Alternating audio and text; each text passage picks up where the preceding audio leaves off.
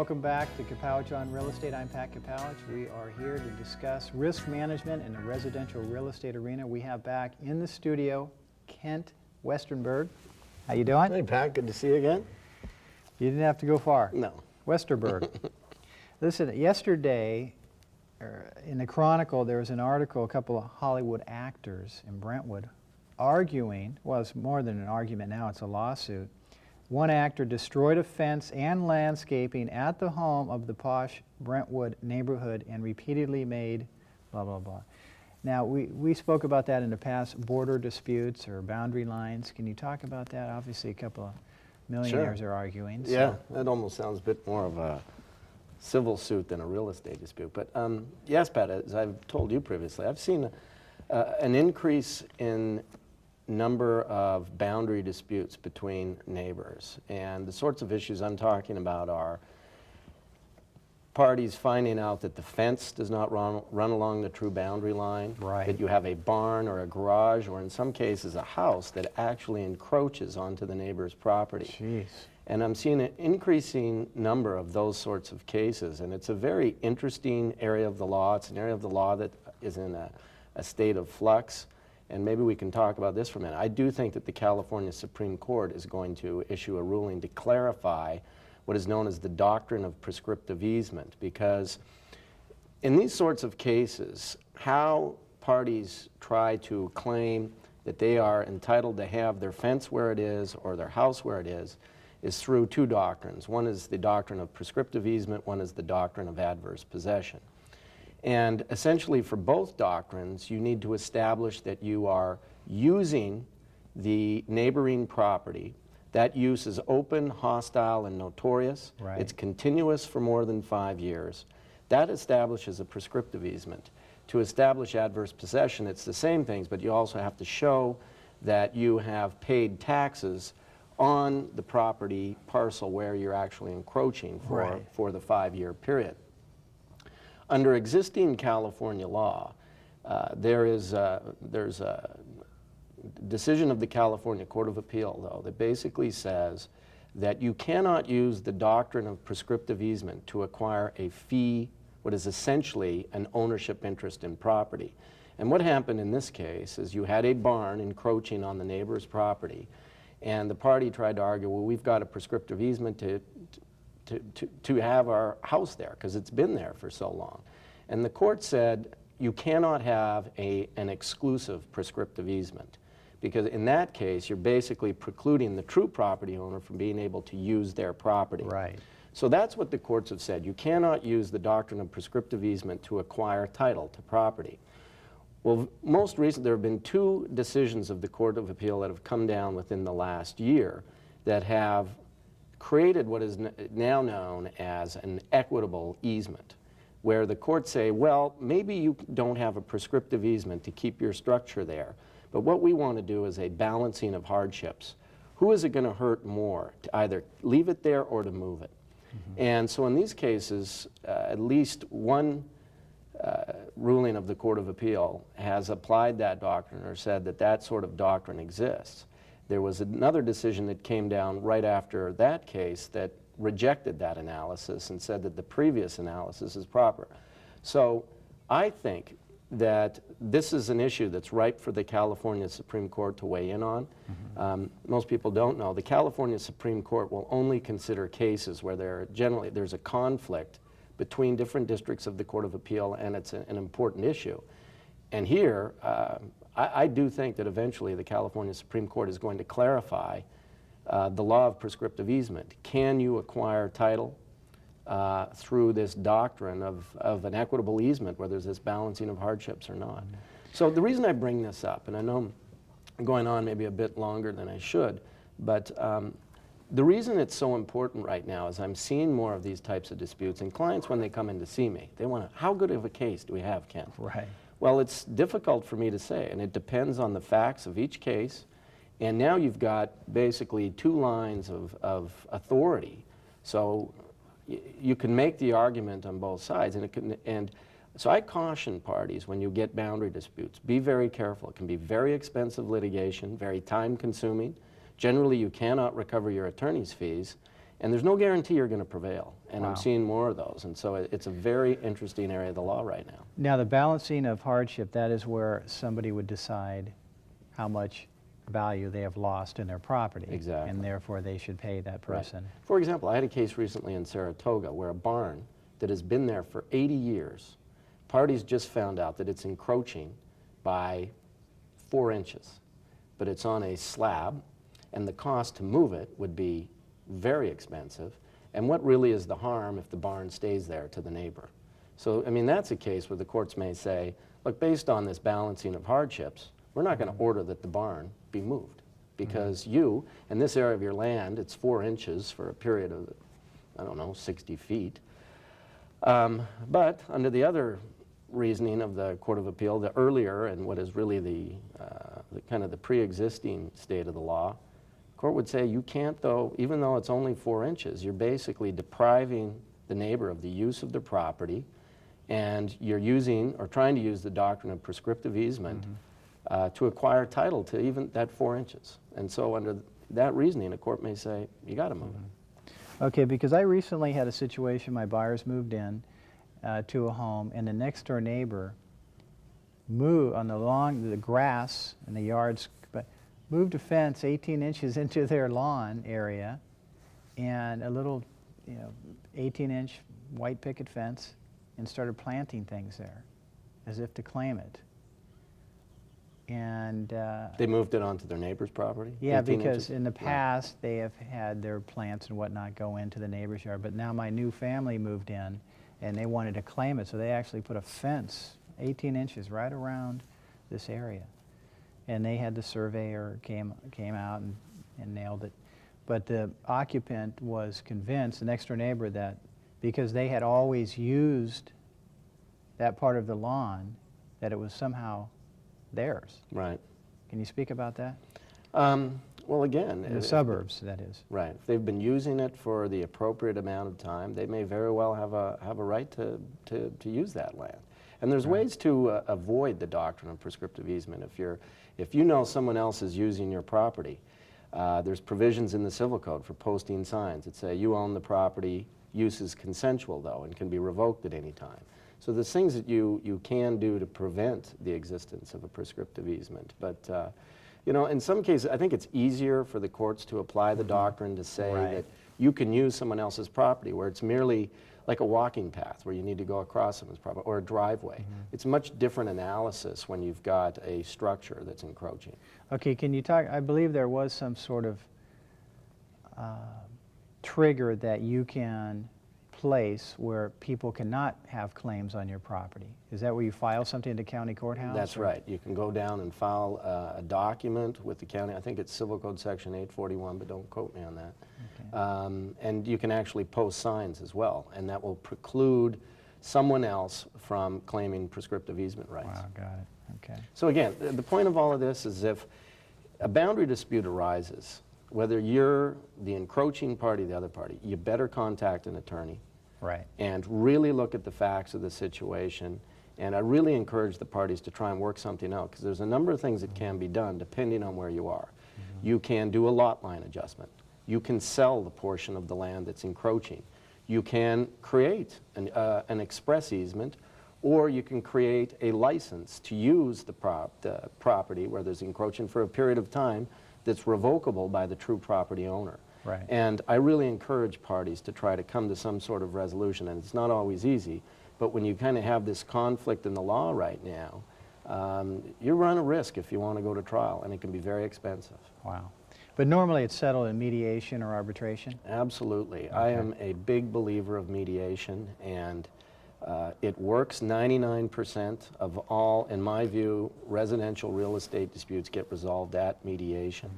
And mediation is something that is required under both the CAR contract and under the PRDS contract. If any disputes arise between the buyer and seller, you have to mediate those disputes first, or you cannot recover your attorney's fees if you have to go to trial or arbitration afterwards. Okay, because I believe even in the forms that are sold at the stationery store, they now have a mediation clause.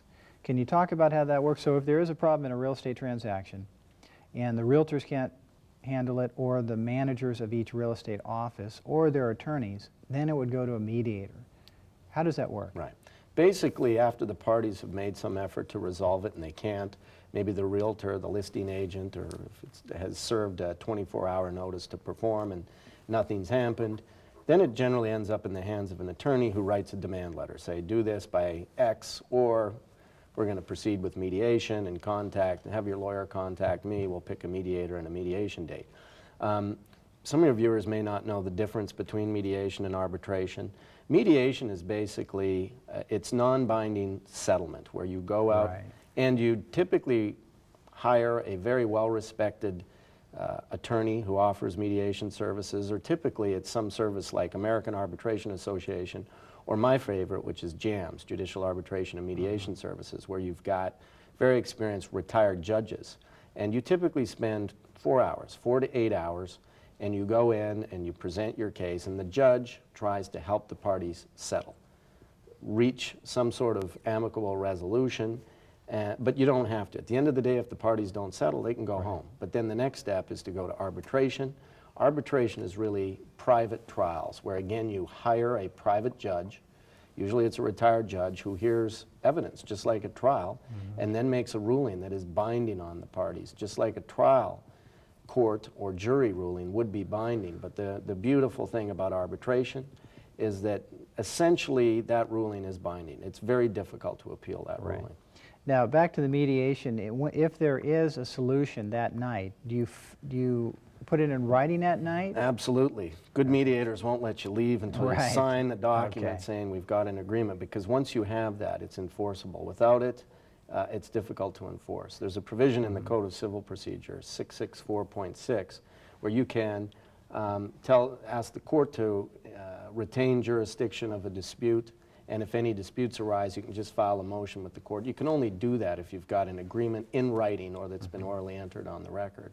So the mediator will go back and forth to the families or the parties, have everyone sign it, and I assume that they sign it as a witness, and they spell out the terms of the agreement? Exactly. In some cases, the attorneys will then formalize it, expand the release language, but typically, for example, with JAMS, and I handle so many mediations with them, once a settlement is reached, the judge involved in the case who's acting as mediator will actually type up the agreement, and he'll make all the parties and the attorneys sign before he releases anybody. That evening? Right. Now, or morning. Sometimes I've been there till 2 in the morning. Wow. Now, is that at their location? I understand that they could be anywhere. You could. Typically it's there. Some mediators like to go out to the site. For example, if there's been a landslide, if they really don't understand the encroachment issue, there's some judges that really would prefer to come out to the site, have the mediation there, so maybe we can come up with some solution. Plus it helps if the mediator can actually see what's going on to maybe come up with some sort of creative resolution of the problem, because it's not always about money.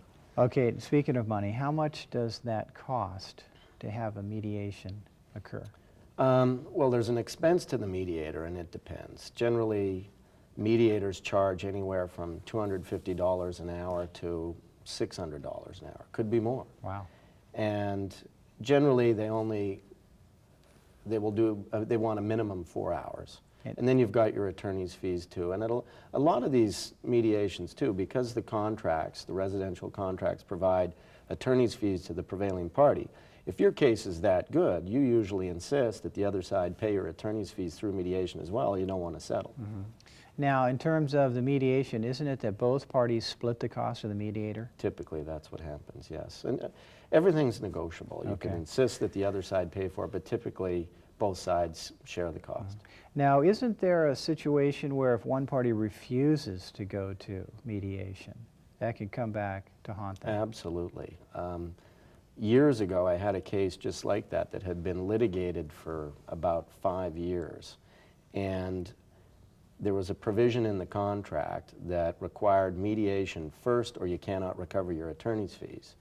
And the opposing party never paid attention to that. They proceeded with litigation. And after 5 years, then they try to recover their attorney's fees. And in that case, the attorney's fees exceeded the amount of the damages. Sure. We filed a motion with the court, I believe, and court ruled in our favor, said the other side could not recover their attorney's fees because they filed a lawsuit without proceeding to mediation. And we're talking hundreds of thousands of dollars. Wow. Now that brings a couple of good points there. One is oftentimes with disputes, the original claim is much smaller than the original outcome of an attorney fees on Right. either side, right? And That the can experts. happen, yes. Yeah. Okay. And that's why I encourage people to try and settle these things early, because the attorney's fees can quickly escalate. Okay. Now with the mediation, it isn't also, I hear, that people want to vent. They want somebody to listen to. That's This is- right. And sometimes it's appropriate for the parties to get together because they don't really understand the other party's point of view. And Interesting, sometimes right. that can be a very helpful way for the parties to really understand. Sometimes, I believe, one party just doesn't want to listen or doesn't want to appreciate the other side's point of view. And it's always helpful to have an independent third-party mediator, particularly a well-respected retired judge who will come in and tell them, hey, if you don't want to listen to Westerberg, listen to me. Here's what I think about your case. And that can be very helpful in getting cases resolved. Now, in terms of going to the arbitration, how does the arbitration work? Does that, again, you go to their office? Typically, And that's then- right. And it's a much more formal process. Testimony is typically under oath. It's up to the parties if they want to have a court reporter so that you have a transcript like you would at trial. Typically, the rules of evidence are not as strictly adhered to as they would be in a civil bench trial or a jury trial. But it depends on the judge. Some of the judges that are now at JAMS or AAA, they sat on the bench and they expect their attorneys to abide by the rules of evidence and the rules of procedure. But typically it's a little less informal than a civil trial, and they tend to go quicker, and they tend to get completed a bit quicker and more efficiently than in the civil court system. Okay, so the mediation, which is confidential, correct? Right. So that then you would have a different arbitrator, so you start out from scratch. That's right. So isn't that a little confusing? I know we spoke about that in the past. Yeah, no, and that's a good point. Typically, well, if a judge acts as a mediator and is there to try and encourage the parties to settle, they will not act as the arbitrator in a case, because Right. as the arbitrator, they have to be the trier of fact. And that brings up another case. The California Supreme Court just issued a ruling a few months ago, and that case had to deal with confidentiality of mediation. I think it's a very significant decision. I think it has, it's very significant to realtors and buyers and sellers of real estate, because almost every residential dispute or any dispute involving a realtor has to go through mediation. Right. And in that case, the California Supreme Court overturned the Court of Appeal decision and essentially held that any documents that are submitted at mediation, whether it's a brief, it's an expert report, photographs, everything that is prepared in the course of or submitted at mediation remains confidential. So what does that mean? That means if you don't resolve the case and you have to go to arbitration or trial, the other side is not entitled to those documents or those photographs that were submitted in confidence. And the reasoning of the California Supreme Court is that they want to encourage mediation, encourage Right. frank discussion, encourage parties to go there, be honest, lay all the cards on the table. The other thinking, though, is, what has concerned some attorneys, is that it could lead to hiding of evidence. For example, a party could have a report prepared that is submitted at mediation that's very damaging, and that's what happened in this case. I believe it was Rojas versus Superior Court. I believe in that case it was some photographs by the contractor in a mold case, and the photographs were very damaging. The other side tried to get them after mediation and during the civil lawsuit, and that was what the fight became. And the California Supreme Court said in the end, you're not entitled to those photographs, as damaging as they are, because they were prepared for mediation. Wow. Now, the significance of this case, I don't think won't be known for a while. What I expect to happen is that over the next few years, there are going to be discovery disputes. In other words, disputes in the court system where attorneys say, I want this document or these photographs or that expert report. The other side says no, they file a motion with the court. Eventually, there are going to be rulings on this about, based on this California Supreme Court ruling, what can be kept confidential and what can't. Because one of the things the Supreme Court, and I'll just wrap up with this, said that I think is very important, it can't be any document. Obviously, if it's a document that was created before the parties even knew they were going to get into a dispute, there's not going to be any confidence over that. So if that document is produced and it's damaging, the other side will probably get it. Right. But if before mediation a party goes out and hires a consultant, an expert, who prepares a report, and unfortunately for that party the report's very damaging, but it's prepared for mediation, they won't have to produce it, even though it's very damaging. And that's what concerns some attorneys. So it's going to be, as a lawyer, I'm very interested to see how that case is going to play out. But on the other hand, attorneys and people like to go to arbitration to find out what the other side has. Mediation, you mean? Mediation, right. That's right. To find out what their problem is anyway and how to work with it. Right. And oftentimes, it's 80% of the time is going to be settled in mediation? More than that. Is it more? I mean, it's very rare.